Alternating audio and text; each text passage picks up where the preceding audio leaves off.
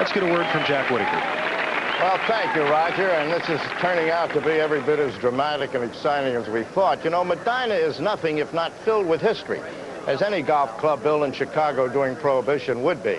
They've had some marvelous members here. One of them, Anton Cermak, was elected mayor of Chicago in 1931, and in February of 1933 in Miami was standing on the running board of a car which had President-elect Franklin D. Roosevelt in it, when an assassin going for the president-elect struck Cermak and killed him. Without Anton Cermak, this member of Medinah, the history of the world and the United States certainly would have been a lot different. And they're adding to that history today with their third United States Open, one of the most competitive we've ever seen.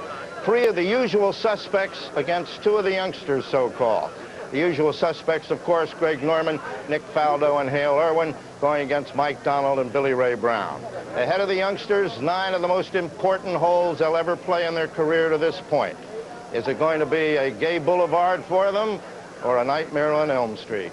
Let's find out. Roger? Thank you very much, Jack.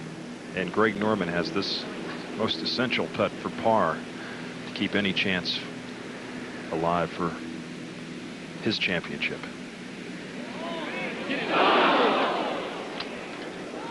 Well, he made his Sunday run early. Well, I talked to him this morning, Roger, and I said, I just want to tell you the putt you made on 18 on Friday was one of the most important putts of your life. And he said, Dave, I was more nervous over that putt just to make the cut than I have been over a lot of putts to win tournaments. Now this is for bogey, which will drop him to 5 under. So he'll look back at that 14th hole where he decided to lay up rather than go for it. Rather un-Norman-like, who is known for going for the pins at all times. And we'll move to 9. Mike Donald getting a little exercise in as he is going to just double check the yardage. It's always interesting, Dave. You know, the caddies go out, they check the yardage. I'm sure the player in his practice round, and now they're doing a little triple check on it. Well, they got so many numbers there, and it's a time really to, Mike Donald better be precise in what he does and know just how far it is. Well, I tell you what, he has a very curious type of lie. The ball is almost up against this short cut, and really it's going to give him a little bit of a line to shoot towards the flagstick. He has 202 yards downwind. The wind is really swirling, and I think when you play a golf course that's so heavily treed as this one, it's more difficult playing in this much wind. He has a 3-iron. Ball's hanging a little right, needs to get up just a bit. Oh, and just did. He's gotten a couple of very good bounces so far today, Jerry, and this thing is going to roll up left, and he has got himself about 20 feet for birdie. Just over the tree. That's when you win tournaments. Good things. You got to take the good breaks and take advantage of them, because you're going to get some bad ones, and I'm sure over the first he's had a little banana. Got that banana peel out of the way. Big drive for Hale Irwin here at 18.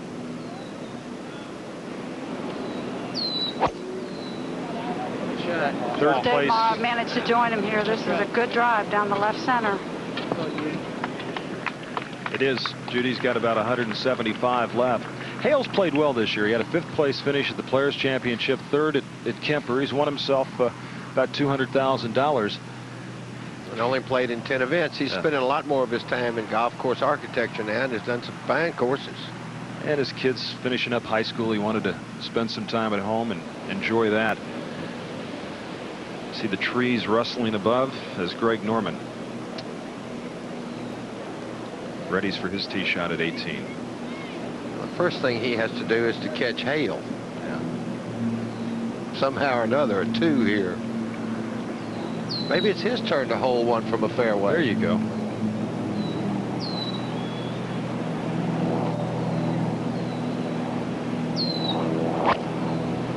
Good drive, Greg. Oh, that's slightly large. That's an extra large there. All carry to the 150 mark. Might even be that double XL shirt. A few moments ago at 9, Billy Ray Brown, his second shot.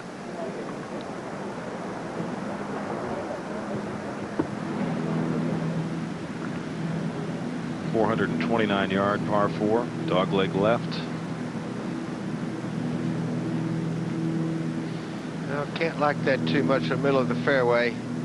Don't know whether he made a bad swing or just misjudged the shot so much. Now on the tee at 13, Nick Faldo.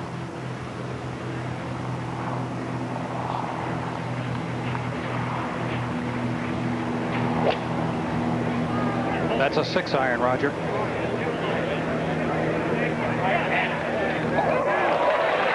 Some kind of 6-iron too. He has become a wonderful player. Absolutely wonderful. I feel like that Faldo, go back to Curtis Strange here at the 10th hole for birdie. Now he's got to think, got to make this one in 3 more to have any kind of chance.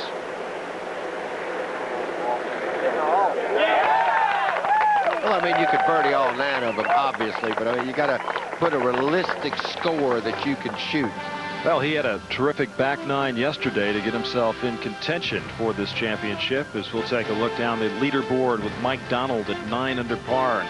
Looking at a birdie putt, as is Nick Faldo at 13. Hale Irwin coming up the 18th fairway. Mark Brooks at 5 under.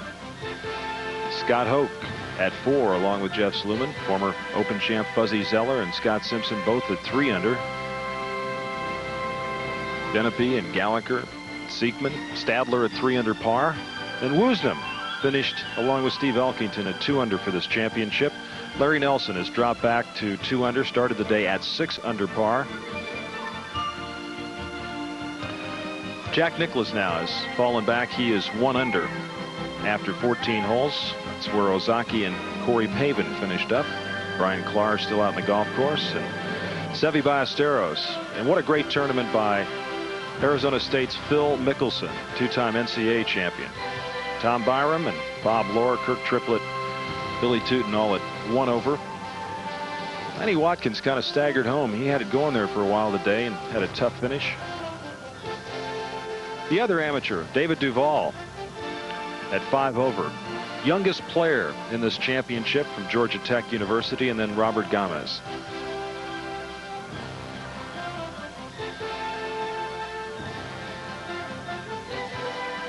.68 players made the cut. As we take a look now at Hale Irwin at 18. Right near the 175-yard mark to the hole. 165 or a yard or 2 less to carry the bunker in front of the hole. It's downwind, but not as downwind as it was off the tee, coming from his left also.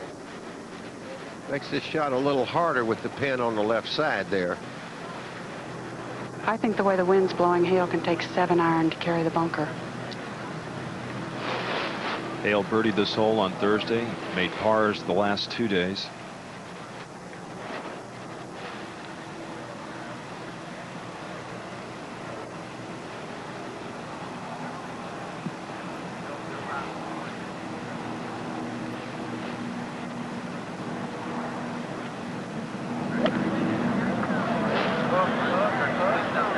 Well, it's to the right side. And it doesn't get over that hump in the middle of the green, so he's going to have a difficult putt. He'll take a 2-putt from where he's at. We'll go from 18 to 9, and Mike Donald for birdie. This putt with big break right to left, very fast downhill.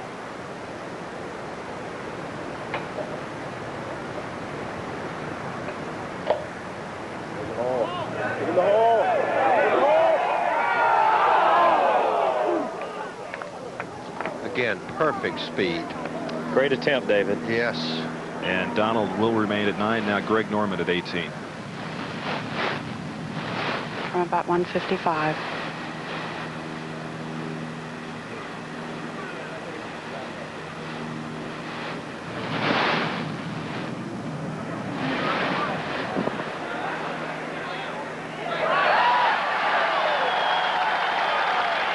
Terrific shot in there for Greg. A birdie would get him to 6 under, and then he'd just have to hope that the wheels would start coming off elsewhere. But as you said, David, Hale Irwin is the man. First of all, he's got to beat Hale, so he's got to have a little help from Hale there. 18th hole here is one of the brand new holes at Medinah. 440 yards, as you saw, and the bunker in the left rough you see, they're definitely in play at the dog leg. White mark you see in the middle of the fairway there, that's the 150 to the center of the green. 2 bunkers on the left side guarding the green there. Sort of a nice hump in the middle of this rather long green, not too wide, kind of reminiscent of a winged-foot green. And as we move out to 13, and Nick Faldo, this man, winner of the Masters, 2 shots back of Mike Donald, this for birdie.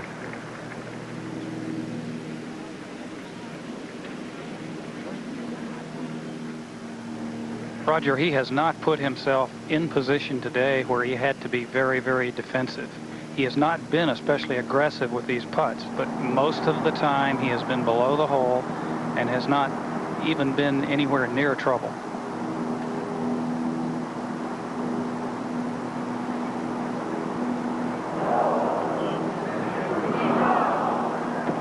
Well, that was an aggressive stroke right there, Ed. Maybe a little quicker than he wanted there. He's not happy with that. You don't want to keep leaving yourself these little knee knockers here. He has not faced too many of these today. And a few moments ago, the arrival of Hale Irwin and Greg Norman at 18.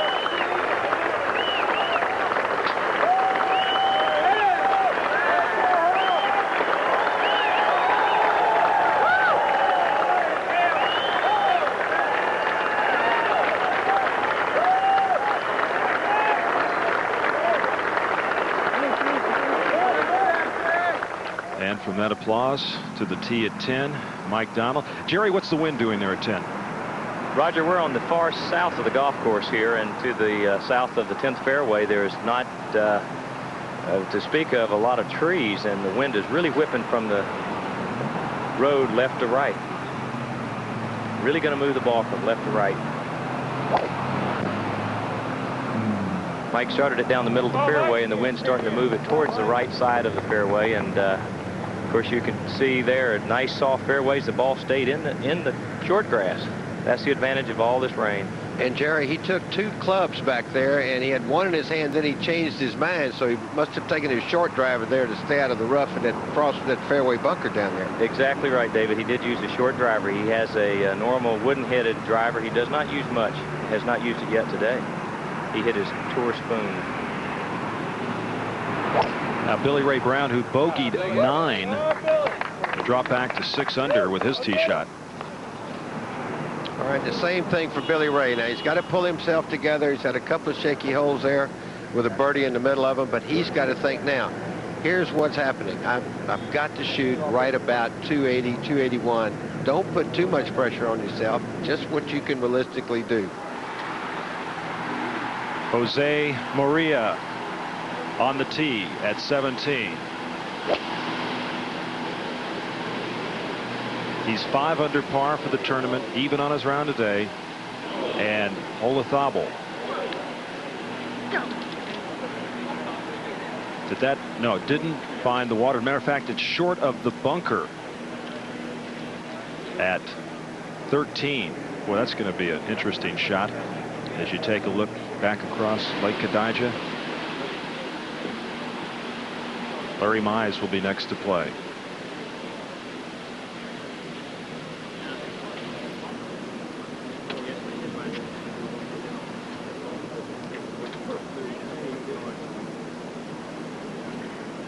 Frank.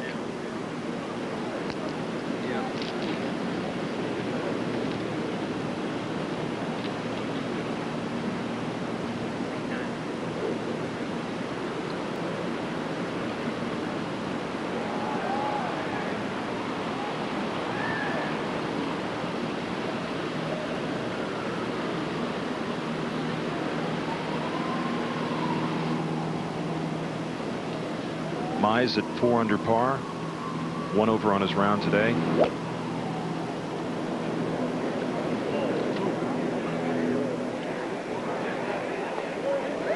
And as he saw his playing partner come up short, he made certain that he wasn't. But it's surprising, David, that ball didn't come back.